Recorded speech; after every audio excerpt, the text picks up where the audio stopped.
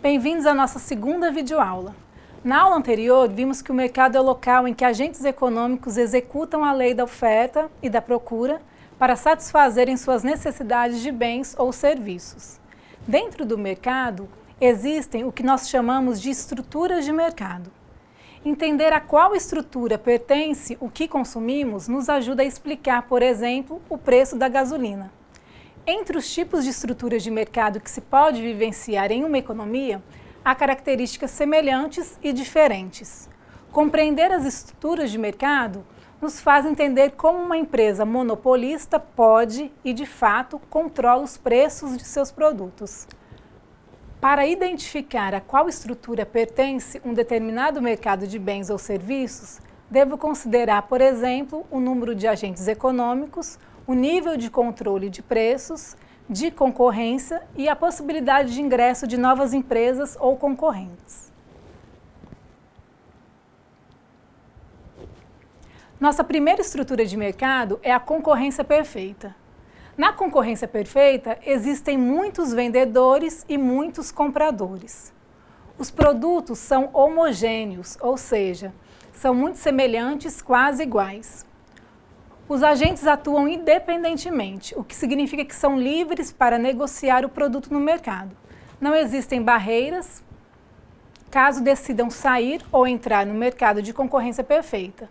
Os preços não são praticados acima ou abaixo do preço de mercado, ou seja, o preço ele é determinado pela oferta e demanda. É um mercado transparente. Todos os agentes têm as mesmas informações. Não existe informação privilegiada. Na economia, dizemos que as informações são simétricas. Como exemplo de uma atividade dentro da concorrência perfeita, está os vendedores de tomate em uma feira. Perceba que ele se encaixa em todas essas características. Nossa segunda estrutura de mercado são os monopólios. O monopólio é uma estrutura de mercado extrema, totalmente diferente da concorrência perfeita. Atualmente, são os nossos fornecedores de energia elétrica, as empresas de saneamento de água e esgoto. Tem como característica a existência de um único vendedor, ou seja, não existe concorrência. O comprador ele não tem outra opção de vendedor. Não há um bem substituto. Não é possível a entrada de novos vendedores. Imaginem a confusão que seria várias empresas fornecedoras de energia elétrica em um município. Por exemplo, não seria viável economicamente, pois o custo é muito alto e disputariam um mercado em que a demanda não geraria receita o suficiente. Nesse caso, a empresa monopolista detém o poder de mercado no seu segmento. O preço ele é determinado pela empresa que aumenta ou diminui de acordo com as suas necessidades. E diferente da concorrência perfeita, no monopólio há assimetria de informações. Não é um mercado transparente, há sigilo de informações. Já na estrutura oligopolista, podemos ter poucos ou muitos concorrentes, vendedores. Porém, haverá alguns líderes do segmento que detêm a maior parte do mercado. Os produtos possuem alguma diferenciação, mas atendem à mesma necessidade principal. Por exemplo, o setor automobilístico. A concorrência é muito acentuada e existe uma dificuldade de entrar no segmento, por ser um mercado caro, com alto custo. Essa característica permite que os vendedores desta estrutura oligopolista controlem os preços. A informação ela é transparente, tanto no oferecimento do produto, quanto na informação de estratégias de novos pontos de venda. Por fim, nós temos a concorrência monopolística. Nessa estrutura, temos muitos concorrentes, mas seus produtos possuem uma característica própria, muitas vezes alcançada pelo poder de marketing. Aquele refrigerante cola, que dado o marketing segredo industrial conseguiu seu diferencial, apesar de haver outros refrigerantes cola, podemos dizer que existe uma substituição não perfeita, mas possível. O preço é definido pelo comprador. A facilidade no ingresso de novos concorrentes e as informações, em sua maioria, são mais amplas. Independentemente da estrutura de mercado, uma empresa ela deve produzir o que as pessoas têm interesse em comprar.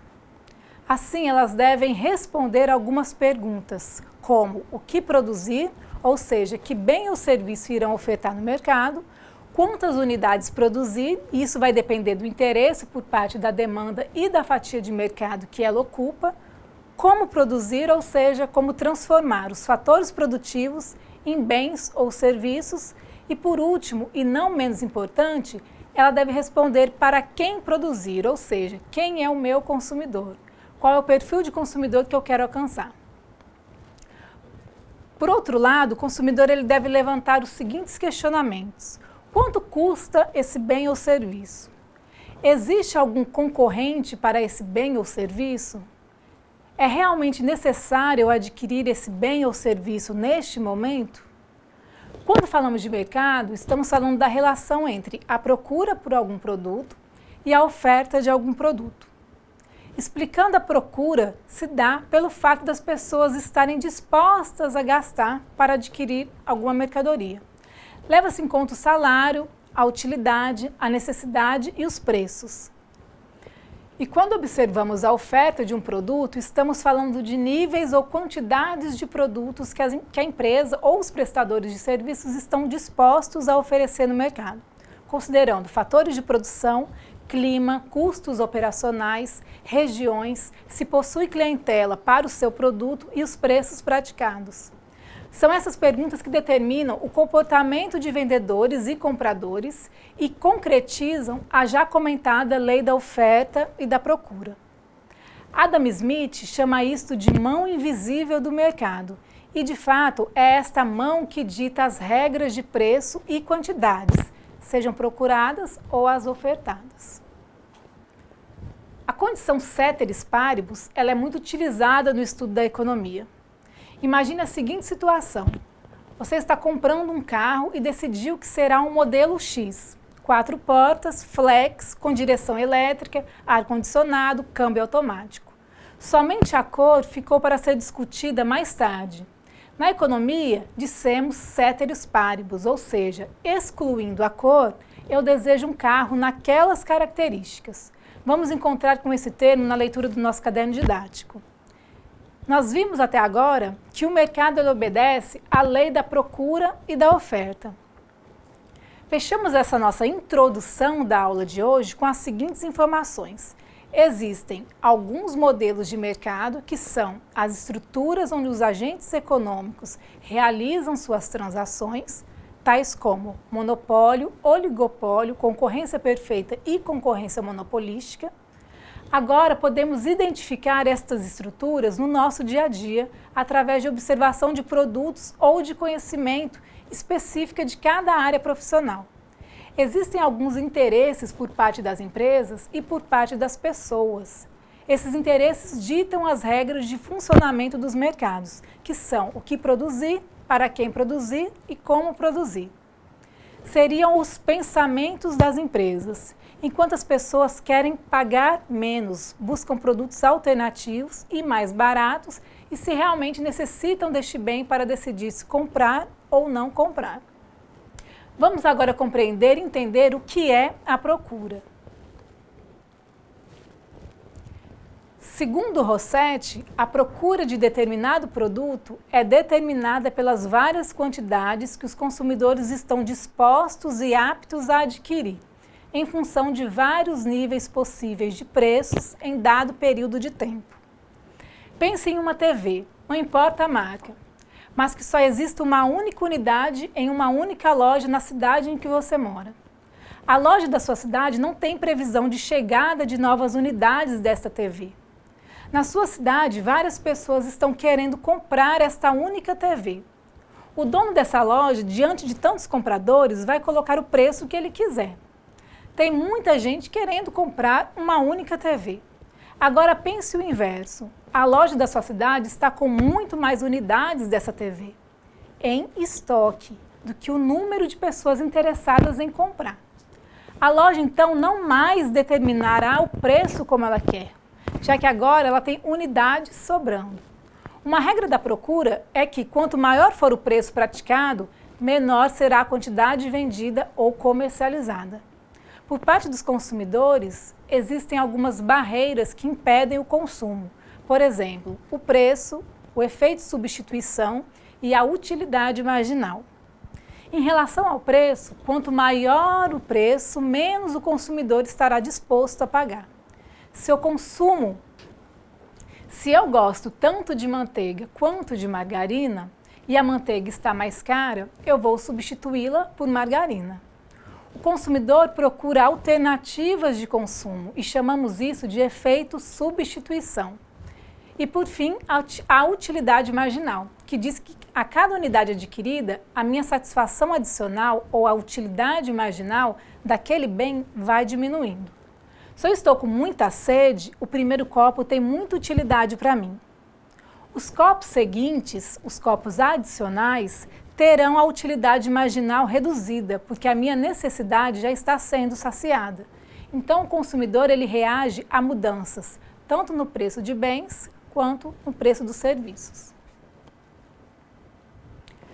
Existe um indicador que mede essa sensibilidade da demanda, dadas as alterações nos preços, que é a elasticidade preço-procura. A elasticidade é um conceito muito importante na economia, pois trata da medição dos níveis de interesse por parte dos consumidores em aceitar ou não o aumento de preços. Por exemplo, se uma empresa aumenta seus preços, a quantidade vendida tenderá a cair. Porém, cairá quanto?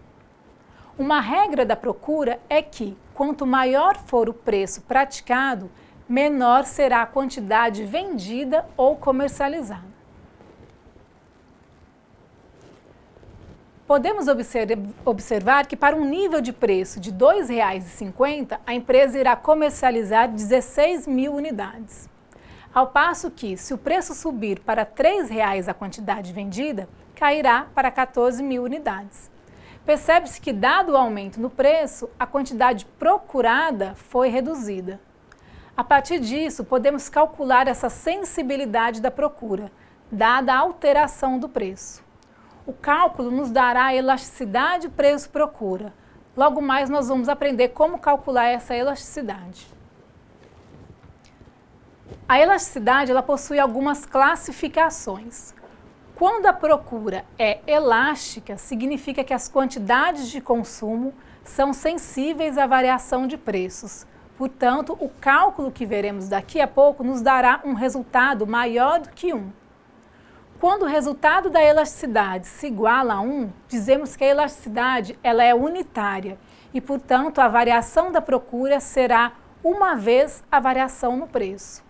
Por exemplo, se o preço aumentar 10%, o consumo cairá também os 10%. Uma procura inelástica nos dará um resultado entre 0 e 1. Significa que a procura ela é pouco sensível a variações no preço. Ou seja, a variação da procura será menor que a variação do preço. Uma procura perfeitamente elástica significa que qualquer alteração no preço reduz a 0 a quantidade. Por fim, a anelástica, em que a quantidade procurada independe da variação do preço. Agora veremos como calculamos a elasticidade. A elasticidade nada mais é do que a variação da quantidade demandada, sendo essa variação representada por um símbolo, o símbolo de delta.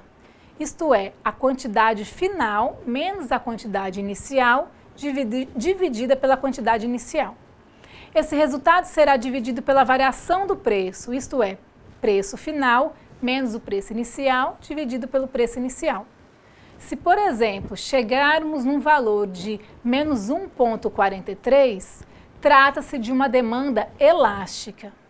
Qualquer variação no preço nos dará uma variação de 1,43 na demanda.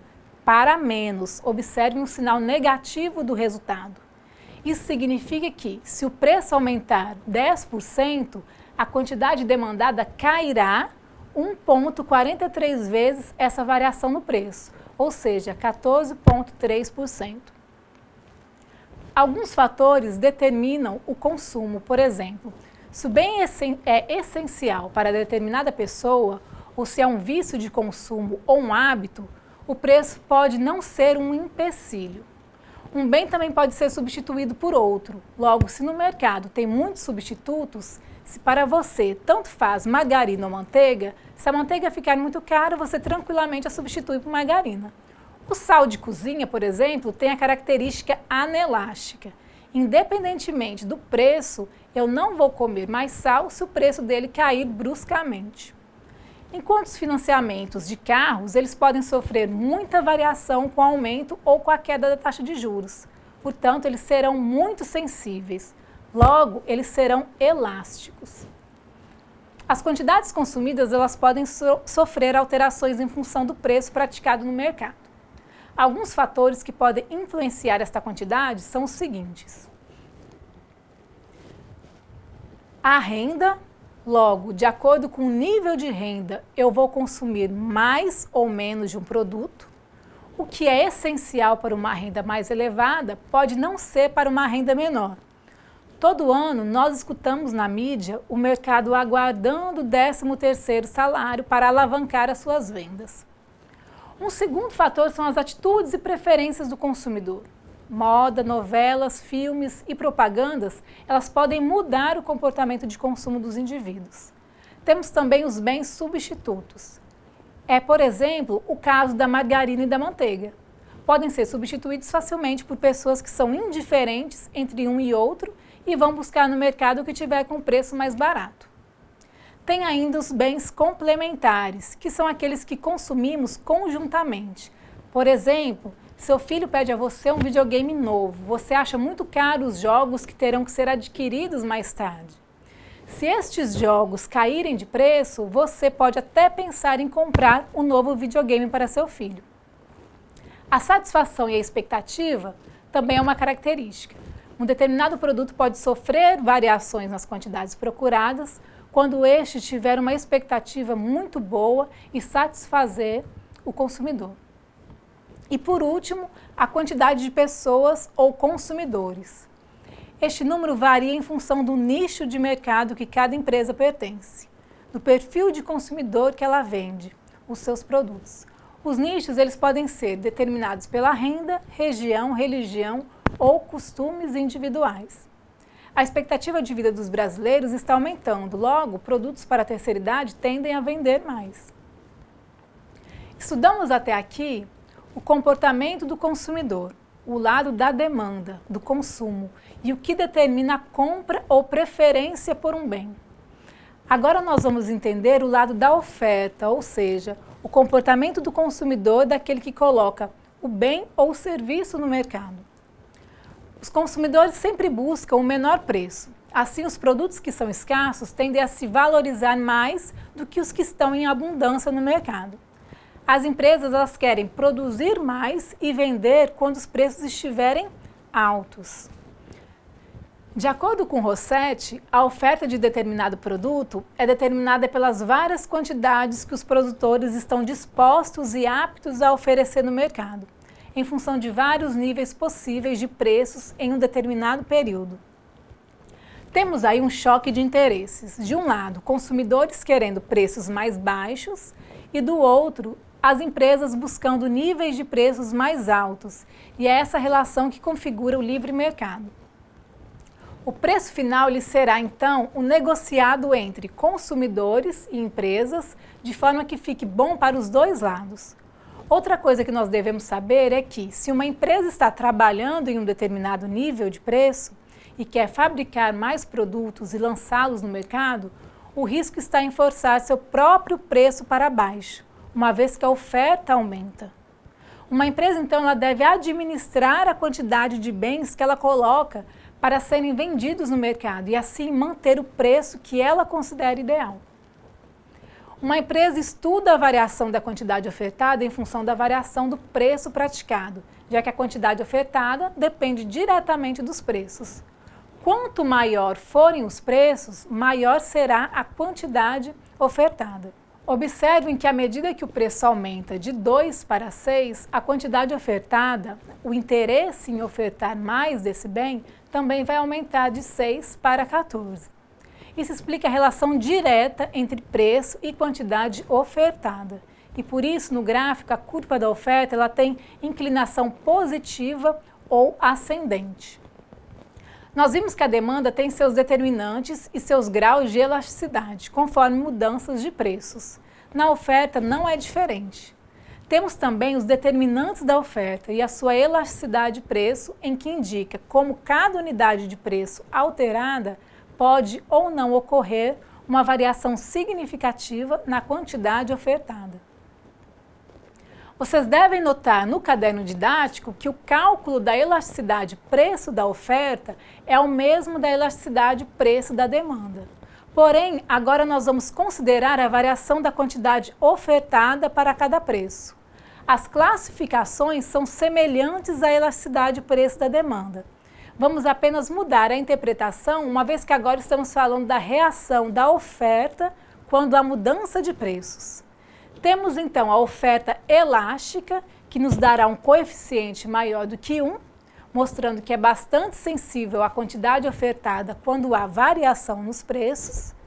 Temos a elasticidade unitária como resultado igual a 1, indicando que a mesma variação do preço será a da quantidade ofertada, ou seja, se o preço alterar 10%, a quantidade ofertada também será alterada em 10%.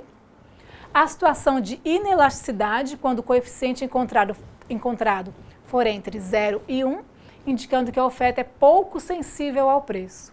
Temos a situação de perfeitamente elástica, ou seja, qualquer alteração no preço reduz a zero a quantidade ofertada. E por fim, quando a quantidade ofertada não reagirá a mudanças nos preços, ou seja, uma situação anelástica, caracterizada por um coeficiente, um resultado igual a zero. Percebam que a oferta ela pode reagir à mudança de preços, mas uma empresa, para colocar mais produtos no mercado, não basta ela apenas querer. Ela depende de fatores produtivos que são escassos e, portanto, seus níveis de produção são escassos também. Temos o exemplo do mercado de energia elétrica em nosso país. É necessária a construção de hidrelétricas que dependem de um fator produtivo limitado, os rios. E nem todos os rios há possibilidade de construir usinas. Percebam que a quantidade ofertada depende da quantidade de recurso produtivo e o papel da economia é encontrar mecanismos que possam maximizar a utilização desses recursos a fim de atender os interesses de toda a sociedade. Nós percebemos que o mercado nada mais é que a interação entre compradores e vendedores, e estes são influenciados pelo preço. O consumidor ele compra mais quando o preço está mais baixo. Já o vendedor tem interesse em entrar no mercado quando o preço do bem está valorizado. Temos então um conflito de interesses e a relação entre esses dois lados chegará a um resultado, ou seja, um preço que fique bom para o vendedor e para o comprador. Chamamos isso de ponto de equilíbrio. O ponto de equilíbrio nos mostra a que preço, quantidades demandada e ofertada, elas são idênticas, são iguais. Vocês podem observar na tabela 10.1 do caderno didático que, ao preço de 4, temos quantidade ofertada e demandada iguais a 10.000 unidades. Isso caracteriza um ponto de equilíbrio, ou seja, existe um preço que pode ser praticado no mercado que irá equilibrá-lo. Tudo que foi produzido foi consumido àquele preço de R$ 4,00. Percebam que qualquer outro preço dessa tabela levará a um desequilíbrio no mercado. Se os preços estiverem abaixo de R$ 4,00, haverá mais procura do que oferta, uma vez que os indivíduos estão mais propensos a comprar caso o preço praticado esteja abaixo do preço de mercado. Caso o preço fique acima do preço de equilíbrio, haverá mais oferta do que procura, uma vez que preços praticados acima do preço de mercado inibe o consumo e, portanto, haverá mais produtos sendo ofertados do que demandados. Ninguém tem interesse em adquirir produtos acima do preço. De um lado, nós temos consumidores com renda limitada, buscando maximizar sua utilidade, satisfação ao adquirir um produto. Do outro, nós temos o produtor, que quer maximizar o seu lucro. O lucro total se resume à receita total, ou seja, tudo que ele recebeu pelos produtos que vendeu, menos o custo total, ou seja, tudo que ele gastou para fabricar seus produtos. Outros conceitos também são utilizados na gestão contábil de uma empresa, como a receita marginal, que é o que o produtor recebeu pela unidade a mais que ele vendeu, o custo fixo, que é o gasto que o produtor tem, mesmo não produzindo nada. Por exemplo, ele já está pagando o aluguel de um galpão, mas ainda não iniciou as atividades. Logo, ele tem como fixo esse custo que independe se ele está produzindo ou não. O custo variável, que já depende da quantidade produzida. Se ele não produz, não tem custo variável. Por exemplo, a matéria-prima. Se ele ainda não iniciou a produção, então ele ainda não adquiriu matéria-prima. Logo, o custo total será a soma do custo fixo e do custo variável. Já o custo médio será o custo total dividido pela quantidade produzida. E o custo variável médio é o custo médio dividido pelas várias quantidades produzidas em cada nível de produção. Por fim, o custo marginal, que é quanto custa para a empresa ao adicionar uma unidade produzida. Nessa tabela, nós temos as seguintes variáveis: quantidade, custo fixo, variável e o custo total. Observem que, para qualquer nível de quantidade, temos a mesma quantidade de custo fixo. Isso porque, independentemente da atividade produtiva, está produzindo ou não, o gasto com o aluguel do galpão, por exemplo, terá que ser realizado. Se eu fecho um contrato hoje, mas só começo a produzir daqui 2 meses, eu tenho que pagar esse aluguel. Portanto, ele não está relacionado com a quantidade produzida. Em seguida, nós temos o custo variável. Como o próprio nome diz, é aquele gasto que varia de acordo com a quantidade produzida. Logo, se eu ficar os 2 meses sem funcionar, pago o aluguel, mas ainda não efetuei o gasto com matéria-prima, porque ainda não comecei a produzir. Assim que eu começar a produzir, terei o custo fixo, mais o gasto com a matéria-prima, que será maior quanto maior for a quantidade de itens que eu produzir. Reparem que à medida que os valores da variável quantidade aumentam, o custo fixo continua o mesmo, mas o custo variável não. Ele aumenta com o aumento dessa quantidade. Portanto, estão intimamente relacionados. O custo total, como já foi dito, é o somatório do custo fixo mais o custo variável. O quanto eu gastei para produzir. O custo fixo, então, ele é alterado quando há alteração no custo variável. E este quando há mudança na quantidade produzida. Reparem agora esta tabela que trata da receita marginal. Receita nada mais é do que o preço multiplicado pela quantidade vendida. Vejam que no primeiro caso, temos uma quantidade igual a 100 ao preço de R$20. Logo, a minha receita é de R$2.000, 100 multiplicado por 20. Quando eu altero o meu preço para R$19, a quantidade que consigo vender passa de 100 para 200. Minha receita agora é de R$3.800. Reparem que a receita marginal, ou seja, a receita adicional que eu tive quando alterei meu preço, foi para R$16 por unidade a mais vendida. Como que chegamos nisso? Antes eu tinha uma receita de R$2.000 e agora eu tenho uma receita de R$3.800. Tive um acréscimo de R$1.800 quando alterei o preço e passei a vender 100 unidades a mais, de 100 inicial para 200. Logo, 1.800 a receita adicional dividida por 100 unidades adicionais, chego numa receita marginal, receita por unidade a mais vendida, igual a R$18. E esse mesmo raciocínio vamos ter para qualquer valor dessa tabela. Até agora nós estudamos como se dá o comportamento do consumidor e os fatores que o levam a elevar seu consumo e vimos também o comportamento do produtor, entendendo o que o estimula a aumentar a oferta de bens e serviços no mercado. A análise do comportamento do produtor e do consumidor se dá dentro da microeconomia. Agora nós vamos começar a entender a economia de uma forma mais ampla, ou seja, aprender sobre a macroeconomia. Nesta aula, vimos que existem alguns modelos de mercado, que são as estruturas onde os agentes econômicos realizam suas transações, tais como monopólio, oligopólio, concorrência perfeita e concorrência monopolística. Hoje vocês conferiram o que significa a curva da procura. Quando um preço aumenta, o que as pessoas fazem? Procuram alternativas com produtos similares, mais baratos, como, por exemplo, trocar o táxi por ônibus, ou um carro por uma moto, ou comprar um frango em vez de carne bovina e etc. Viram também que os preços são uma barreira para os consumidores. Logo, não adianta as empresas cobrarem o que quiserem, porque poderá não existir consumidores. Vimos que a procura é uma curva que mostra o interesse dos consumidores por produtos em diferentes níveis de preço. Falamos sobre a elasticidade, que é o coeficiente que demonstra a reação da procura por produtos em função do aumento ou queda de preços. Fatores que interferem na curva da procura foram preço, bens substitutos, necessidades, renda e satisfação. Percebemos através do gráfico que as empresas elas querem vender o máximo que elas podem com preços mais altos. Evidentemente, nunca conseguirão, salvo se for uma empresa monopolista, porque existem pessoas dispostas a gastar somente um determinado valor por um produto.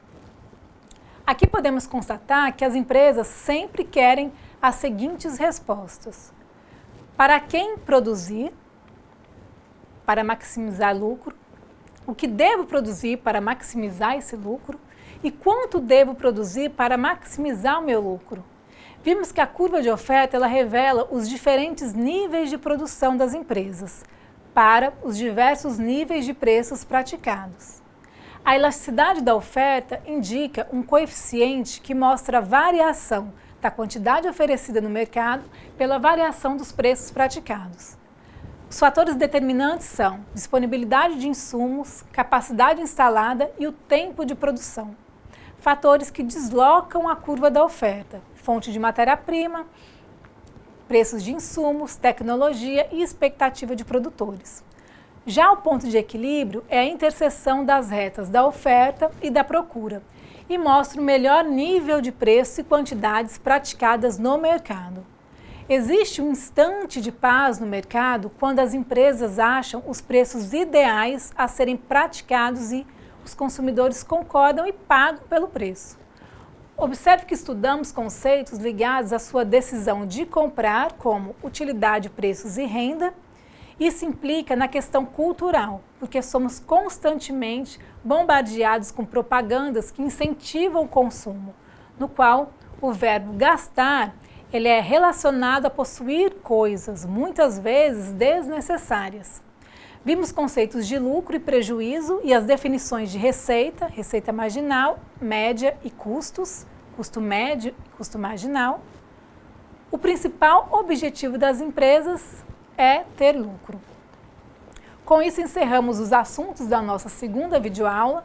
Eu espero que vocês tenham gostado e lembre-se de acessar a sala virtual, participar dos fóruns e postar as dúvidas. Bons estudos e até a próxima!